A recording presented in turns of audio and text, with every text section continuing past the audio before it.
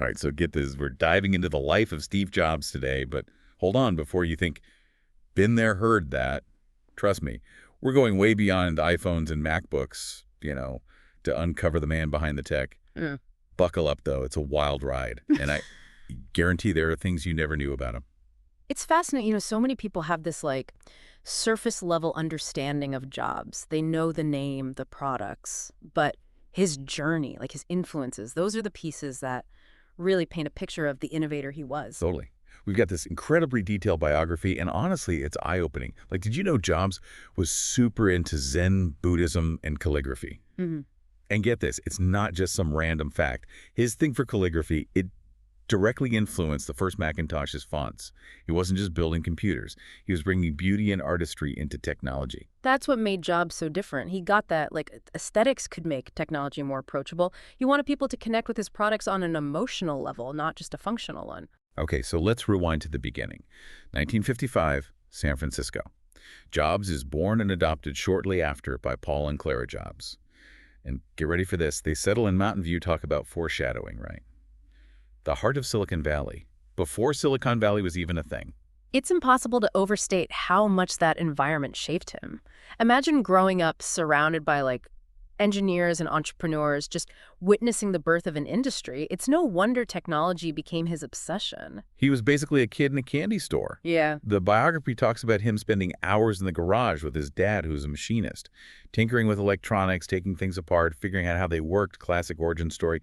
But it created this foundation for his hands-on approach to technology later on. Absolutely. He wasn't just a big picture guy. He was deeply involved in the engineering and design, the nuts and bolts of his products. This wasn't just a job for him, it was personal. And that passion really took off when he met Steve Wozniak in high school. Two tech enthusiasts on fire with ideas. In 1976, they started Apple Computer Where Else? A garage, of course.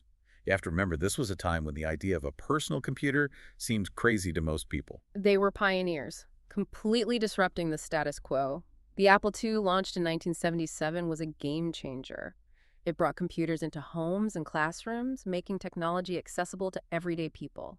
They didn't just create a product, they sparked a revolution. And Jobs' role wasn't just about the tech. He was obsessed with the entire user experience. The design, the marketing, everything. He was a master storyteller, connecting with people's emotions. Think about those early Apple ads. They weren't just selling computers, they were selling a vision, a way of life. He understood that technology could be more than just wires and circuits. It could be a tool for creativity, for connection, for changing the world. And that's a powerful message. And that brings us to the Macintosh era, early 1980s. Now, this wasn't just about, like, releasing a new computer. This was about making a statement. I mean, who could forget that 1984 Super Bowl ad? Oh, yeah. It was like watching a movie trailer, and the message was clear. Apple was here to shake things up. That ad was like a stroke of genius. It positioned Apple as the David to, IBM's Goliath, and it resonated with people who wanted technology to be empowering, not intimidating. Right. And the Macintosh itself was a game changer. The mouse, the graphical interface, I mean, things we take for granted now, but back then, revolutionary. Jobs was obsessed with making technology intuitive and user-friendly, and he was willing to fight for it, even if it meant clashing with people. His famous line, most people make the mistake of thinking design is what it looks like, but it's very deep. It's how things work. That perfectly sums up his philosophy.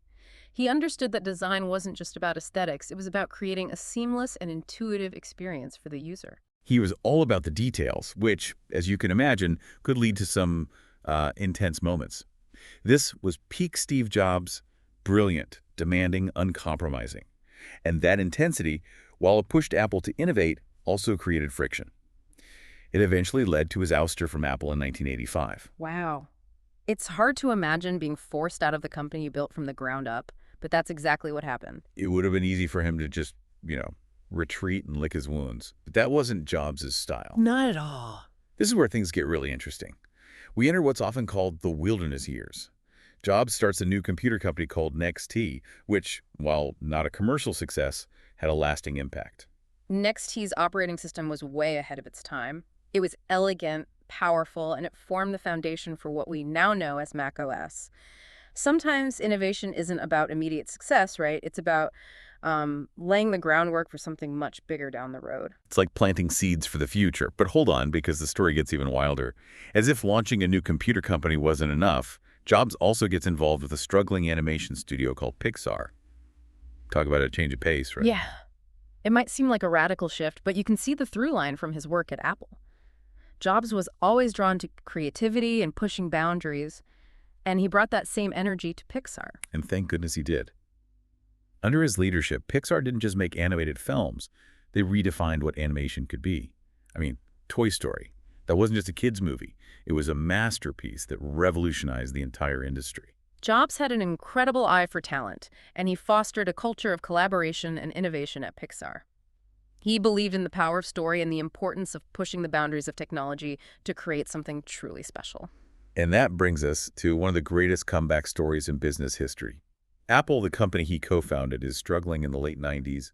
And who do they call? Steve Jobs. He returns in 1997, and it's like a shot of adrenaline for the company. It was a gamble for both Jobs and Apple. He had a lot to prove, and the company was on the verge of collapse. But he had a vision, a plan to turn things around, and he wasn't afraid to make bold moves. And bold moves he made. He streamlined the product line, brought back that focus on design and user experience, and basically breathed new life into Apple. Then came the iPod, the iTunes Store. It was like he could do no wrong. The iPod was a game changer in the music industry, and iTunes completely revolutionized how people bought and listened to music. But Jobs wasn't finished. He was just getting started. And then came the iPhone. It's almost impossible to remember how we even, lived before it, right? Yeah. This wasn't just a phone, it was a cultural earthquake. Jobs had this vision of constant connectivity, information, entertainment, communication, all in your pocket. The iPhone, it wasn't just about making calls. It fundamentally changed how we interact with information, with entertainment, even with each other. This constant connectivity was Jobs' vision, and it reshaped society in ways we're still grappling with. He was obsessed with this idea, too, of creating a seamless and intuitive experience for users. He wanted technology to be an extension of ourselves, not something we struggled with. And he pulled it off. The iPhone was a masterpiece.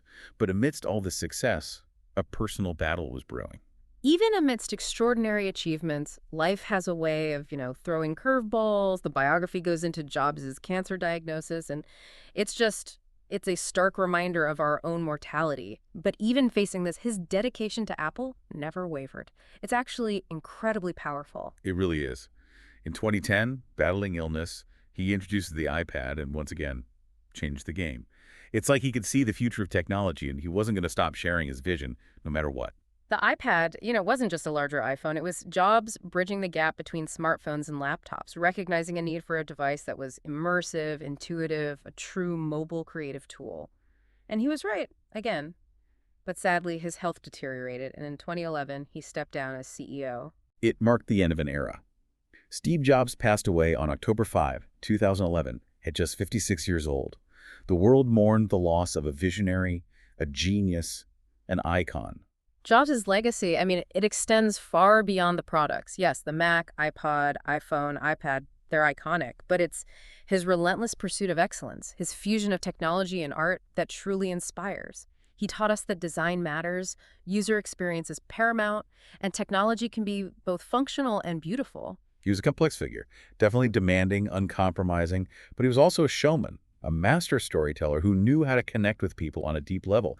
He didn't just sell products. He sold a belief in the power of technology to empower and inspire. And that vision, that's what continues to shape the world today. He left behind giant shoes to fill, and while there will never be another Steve Jobs, his impact on technology, design, even culture, it's undeniable. It's a legacy that continues to inspire and challenge us to think differently, to strive for more. Absolutely. So as we wrap up this deep dive into the life and legacy of Steve Jobs, I'm left wondering, what is it about his approach that still resonates today?